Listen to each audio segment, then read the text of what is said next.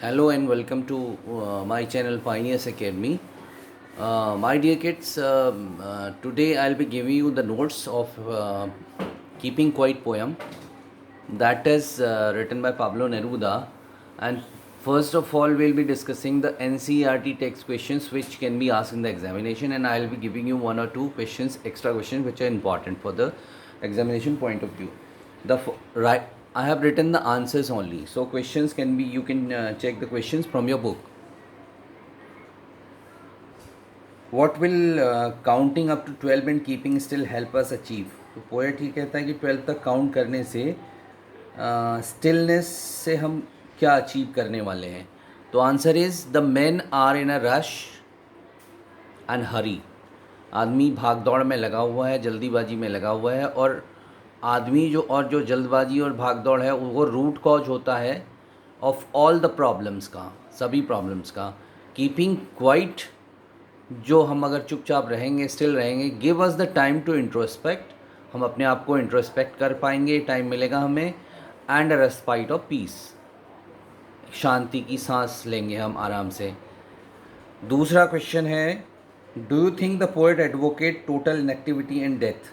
आप ये सोचते हैं कि जो पोएट है वो एडवोकेसी करता है, वकालत करता है टोटल इनएक्टिविटी एंड डेथ की? तो आपको लगता है ऐसा? लास्ट पैरा में इसका आंसर है. तो आंसर है इसका नो, ही डजंट. ही, वो क्लियरली मेंशन उसने किया है, stillness can not be equated with total inactivity. आप स्टिलनेस को इनएक्टिविटी ना समझें. Total inactivity synonymous to death. Total inactivity का मतलब होता है मौत, और पोएट ने बहुत साफ लिखा है, he has no truck with death, यानी डेथ से, मृत्यु से उसका कोई मतलब नहीं है, मृत्यु से एसोसिएशन नहीं है. वो शांति के लिए स्टिलनेस बोल रहा है. His stillness means cessation of hostile and harmful activities. रुकावट होनी है किस में? हॉस्टाइल एंड हार्मफुल एक्टिविटीज़ जो आदमी करता रहता है दिन भर, हर वक्त, पूरे ज़िंदगी में. तीसरा क्वेश्चन है, what is the sadness that poet refers to the poem? Sadness से मतलब क्या है पोएट का? तो sadness means a poem is a man is always worried about his death. आदमी जो होता है अपनी मौत को लेकर हमेशा चिंतित रहता है, अपनी फिजिकल एमिनिटीज़, फैसिलिटीज़ को ऑब्टेन करने के लिए परेशान रहता है. ही अंडरस्टैंड सो मच, वो बहुत कुछ समझता है, सारी दुनिया को समझने की कोशिश करता है, लेकिन अपने आप को नहीं समझता. तो यही सैडनेस है. चौथा क्वेश्चन है, what symbol from nature does the poet invoke to say that there can be life under apparent stillness? तो पोएट ने कौन सी चीज़ें इन्वोक करी हैं, ये भी कह सकते हैं. इन्वोक करने का मतलब कुछ एग्जाम्पल दिया है उसने.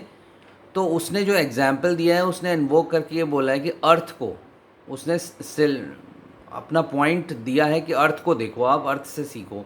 अर्थ लुक्स स्टिल, ऐसा लगता है सब कुछ मृत प्राय है, सब कुछ मरा हुआ है, but the nature remains at work. Nature काम करती रहती है.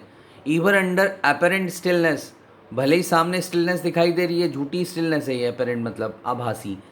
इट कीप इट अलाइव, और ये जो अंदर से जो काम चलता रहता है शांतिपूर्वक, उससे अर्थ जो है वो अलाइव है. जैसे सीजन्स बदलते हैं, मौसम बदलते रहते हैं, तो अर्थ तो बदलती है, पेड़ पौधे बढ़ रहे हैं लेकिन दिखते नहीं हैं. तो इस तरीके की शांति के लिए वो कहता है कि अर्थ से हमें सीखना चाहिए, नेचर से हमें सीखना चाहिए. तो टोटल स्टिलनेस का मतलब, टोटल एक्टिविटी का मतलब ये नहीं है कि डेथ. अब इससे मैंने एक्स्ट्रा क्वेश्चन लिखा है, what is the exotic moment? देखिएगा आप, what is the exotic moment of the poet Pablo Neruda wishes for? Exotic मतलब अद्भुत, वैसे विदेशी होता है, बाहर का. तो एक्जॉटिक मोमेंट का मतलब क्या है यहाँ पर पैब्लो नेरुदा? तो पैब्लो नेरुदा का मतलब है, according to poet, it will be moment when mankind will be free from rush. ये वो मोमेंट होगा, वो वक्त होगा, वो क्षण होगा जब पूरा आदमी, हर एक आदमी इस दुनिया का, रस यानी भागदौड़ से, नॉइज यानी शोर से, मशीनों के शोरगुल से, एक अगर शांत रहेगा, अगर ये रुक जाएंगी, तो ये एक रेयर मोमेंट होगा आपके लिए. रेयर मोमेंट मतलब समझ रहे होंगे आप कि ये रेयर मतलब जो होता नहीं, दुर्लभ होता है शांति को प्राप्त करने के. ट्रैंक्विलिटी लिखा है वर्ड, ट्रैंक्विलिटी मीन्स पीस होता है, शांति होता है. क्वेश्चन नंबर 6 है, वाई डज पोएट से टू काउंट अप टू 12। ये मैंने बार बार लिखा है कि ये पोएट 12 तक ही क्यों कहता है, 10 तक क्यों नहीं कहता भाई? तो एक खास बात है ना इसमें, होनी चाहिए। तो क्योंकि it is not clearly mention, तो मैंने क्वेश्चन को परहैप्स से स्टार्ट किया है।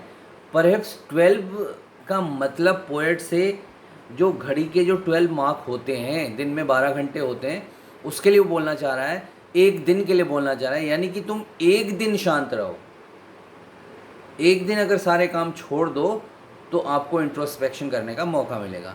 तो आजकल तो भैया कोरोना ने आप लोगों को पूरा मौका दिया है अपने आप को इंट्रोस्पेक्ट करने का। तो इंट्रोस्पेक्ट करिए, take care of your self, stay home, be safe. ठीक है बेटा, बाय।